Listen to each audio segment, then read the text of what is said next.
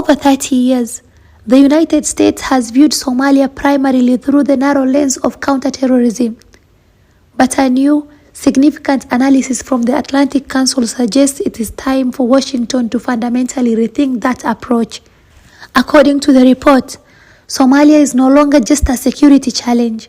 It is an emerging strategic asset with immense, yet overlooked economic and geopolitical potential. The authors argue that while the threat from groups like Al-Shabaab and ISIS, Somalia remains real and requires a sustained response. Treating the country solely as battlefield limits America's reach in the Horn of Africa. The stakes are increasingly high, particularly regarding maritime security. Somalia sits at the doorstep of the Bab al-Mandab Strait, a vital choke point that facilitates up to 15% of all global trade. As regional conflicts continue to threaten Red Sea shipping lanes, the report highlights that Somalia's geography makes it indispensable to a broader security strategy. The authors point to Turkey's growing presence as a primary example of a more holistic model, one that combines security training, diplomatic engagement, and serious commercial investment in ports and energy. While the United States has already invested heavily in elite units like Danab Brigade, the report warns that Washington currently lacks a coherent framework to turn those tactical military gains into lasting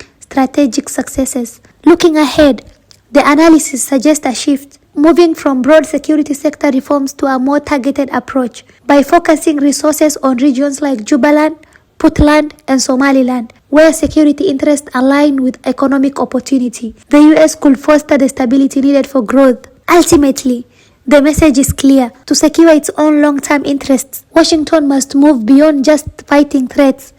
It is time to start building partnerships that recognize Somalia's potential as a key player in the global economy and a stabilizing force in the Red Sea.